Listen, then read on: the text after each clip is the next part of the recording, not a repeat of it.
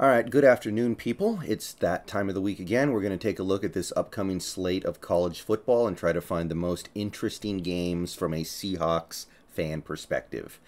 And there are some pretty good ones this week, including one tonight, so I wanted to go ahead and get the video out today just so we could declare it before the game actually starts. So we're going to start there. We've got a game tonight on Fox Sports 1, which I know is not a major network, but it's the only game on. So if you don't get it or you can't access it, then not much you can necessarily do. But I want to put it out there for those of you who do have it. And again, not like there's really anything else on. Maybe the Mariners game will still be on at the start. But point is, if you have access, Baylor versus West Virginia is pretty decent. So West Virginia, they've got two players I have my eye on. Their quarterback, JT Daniels. I know he's not the most appealing QB prospect right now. I know that there's a lot of quarterbacks you would put above him, but he continues to be a guy I like to keep my eye on in the later rounds. And with the way things are going with this team right now, using a later round pick on a quarterback is at least possible. They also have their center, Frazier, who I like as a late round guy. Not a top center in this draft, but he's good. So I would say that alone makes this game worth keeping an eye on. Nothing really going on with Baylor, but the West Virginia part of it is appealing. And that gets us to Saturday, the 15th. So obviously this is going to be Mariners Day.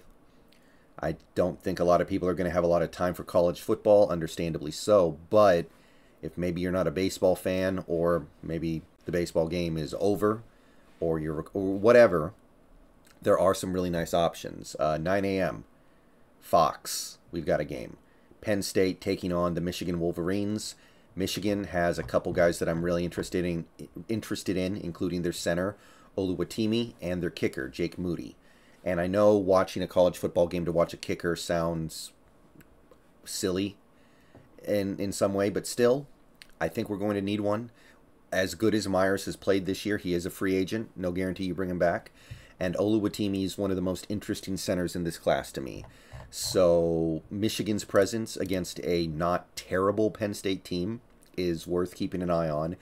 That's really the only game in the early slate, unless you get some obscure channels like SECN and Big Ten Network and stuff like that.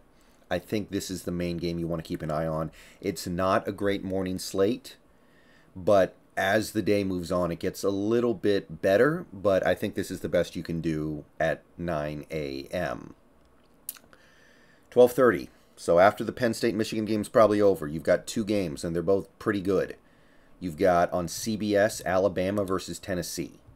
Alabama speaks for itself. I mean, the list of prospects there is long. You've got Bryce Young, who I think will be back. You've got all those guys on the defensive line, Henry To'oto, their left guard, kicker, Chris Richard. I think his name is Chris Richard. Richard. And you, by the way, you also have Tennessee, and I understand that Tennessee really only has one guy. But that one guy is becoming so interesting with Hendon Hooker that it's hard to ignore them despite the fact it being nominally one player. Like, Hendon Hooker is a guy who may be available in the second round and may be just as good as some of the top guys, just for a shorter window of time. And I don't think there's necessarily anything wrong with that, especially considering what quarterbacks are getting paid right now. So Hendon Hooker's becoming so appealing by himself, it would be worth watching. But him going against this Alabama defense is kind of must-see TV. Throw in Bryce Young, even though I'm not a big fan of Bryce Young, and this is one of the best games of the year in college football, I think, not only from a Seahawks perspective, but just in general. Now, at the same time, we have a less appealing but nevertheless appealing game over on ESPN. The Razorbacks take on the BYU Cougars. Now, Arkansas, I think they're going to have KJ Jefferson back. If they don't, they still have Ricky Stromberg, their center, who I like. So, Arkansas not kind of fading a little bit just because the KJ Jefferson thing isn't going to fit our offense. But I still like him a lot. I think he's still worth monitoring, still worth watching. I mean, you never know. Waldron could get hired as a head coach somewhere next year, for all we know. If that happens, we might change the offense. Like, you want to keep all venues open. You don't want to close the door on anything just because of some assumption. We don't have to do that. There are so many good quarterbacks out there. So KJ Jefferson, if he plays Stromberg. BYU has a kicker that I like. They have a defensive end that I like. Batty, he's been playing pretty well this year. And I should throw in here that some people are starting to get turned on to the quarterback over at BYU, Jaron Hall. I don't know a ton about him yet, but this is a good opportunity to catch him in action. We're going to see what he can do against a pretty decent Arkansas team. And he may end up becoming a pro prospect to keep an eye on in the draft by the time we get to the draft. So, worth monitoring. He's not high on my list yet or anything, but some people are starting to get turned on to the idea of Jaron Hall. Okay, we get to 4 p.m. now. ESPN, we keep it to ESPN here. We've got LSU versus Florida.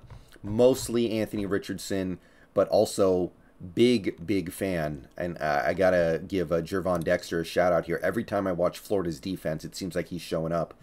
So if you're looking for defensive linemen, Gervon Dexter is worth watching.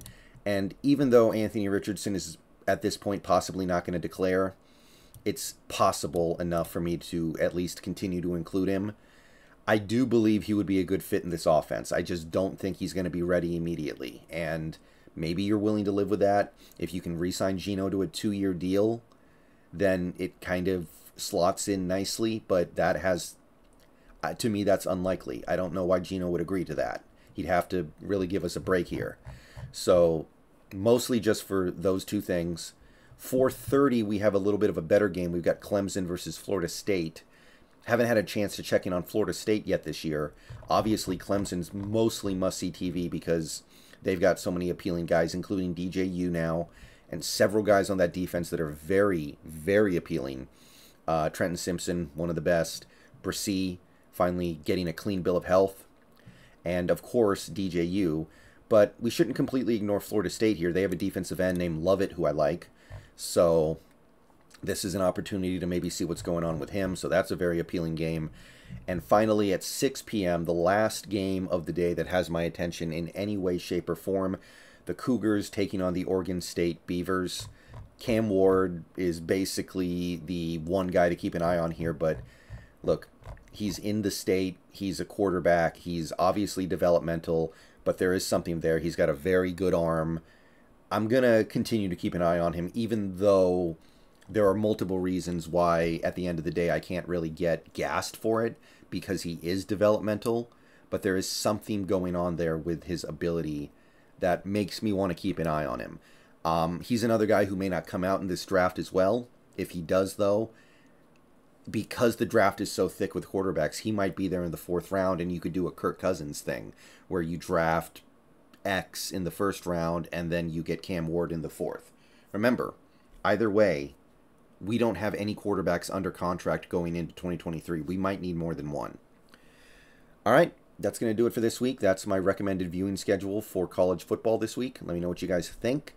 I know there are things more important in Seattle sports right now than college football, but if you have time for it, that's what I say.